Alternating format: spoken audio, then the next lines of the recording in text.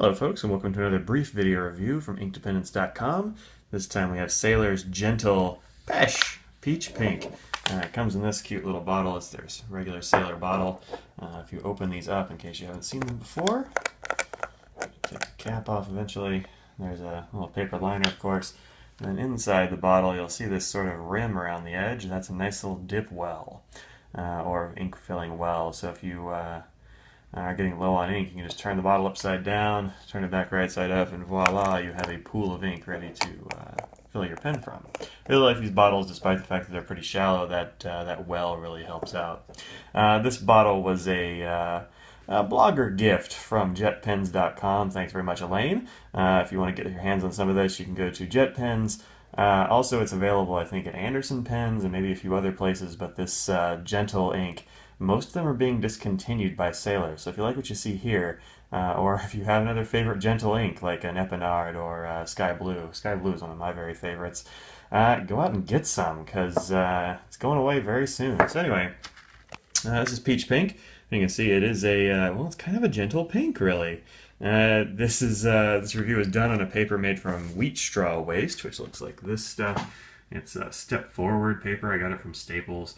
Maybe if you go to their website, you can get it real cheap. I got these at like, I don't know, $2, maybe $3 a ream, $2.50. I think it was like $5 for 2 reams. Anyway, check that out. It's pretty decent, pretty decent stuff. It holds up to ink really well. As you can see, there's no real bleeding. You see a little bit maybe of ghosting here where I was doing a whole bunch of different inks, but even here where the smear was, it's a little wrinkly because it absorbed some, but it's not bleeding through. So pretty good stuff, this wheat straw. Maybe not quite as good as the sugar cane, but the dry times are better. Anyway, back to the ink. This is a little on the light side. If you're looking for a light pink ink, this is probably going to be your jam. It's kind of a carnation pink, more than a peach, if you ask me, but they didn't ask me to name it. So it doesn't really feather, doesn't really bleed. It's it's pretty nice ink if you like this sort of light pink. The ink that you're seeing here, the writing you're seeing here, is mostly done with a Pilot Plumix, which is this weirdo squid-looking pen right here. I had to use it as a dip pen because the pen that I originally put this ink in, I didn't use for a week or so. That's this Conklin Crescent, which has a stub nib on it. And you'll see here a big difference between the two nibs. Let's see if I can get this out of the shadow a little bit. I got the window open and the light on, but it's still a little shadowy. You can see the bottom one was left sitting for quite a while, I don't know, a week or so. And it's darkened up quite a lot. It really kind of condensed. That Conklin doesn't, I don't know, maybe it doesn't keep as good a seal or something as it ought to. I don't know. But if you let it sit for a while, it becomes this really cool brown color. I'm actually a big fan of this brown color. If they make that one, I'll totally buy that. So anyway, what you're seeing here is nice fresh ink, basically. It's a little bit wet, maybe, but the flow is kind of thin, I think. It's not going to be the darkest ink. It's not particularly saturated. You'll get a little bit of shading. You'll see some in here. Not a whole lot of sheen from this one. A lot of the Jentle inks have a really nice sheen, but let's see if I can maybe zoom in a little bit or something here. You can see a little bit here where it goes to gold. Just kind of in, oh, my finger's huge on this zoom. It's kind of there-ish. You get a little bit of sheen. So if you get a really wet pen, you might actually get the sheen that a lot of people like from these Jentle inks. You can see it compared to a bunch of other stuff I had sitting around. Of course, I didn't really have any pinks sitting around. I don't have very many pink inks, really. Just a few.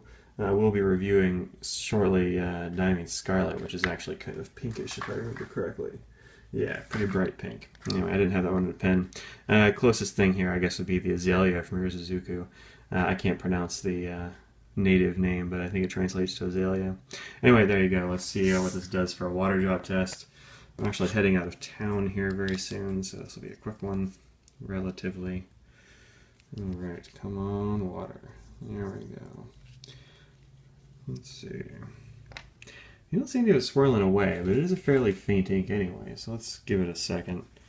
Let's see it maybe fuzzing up a little bit. Not too much. Alright. Come on, ink.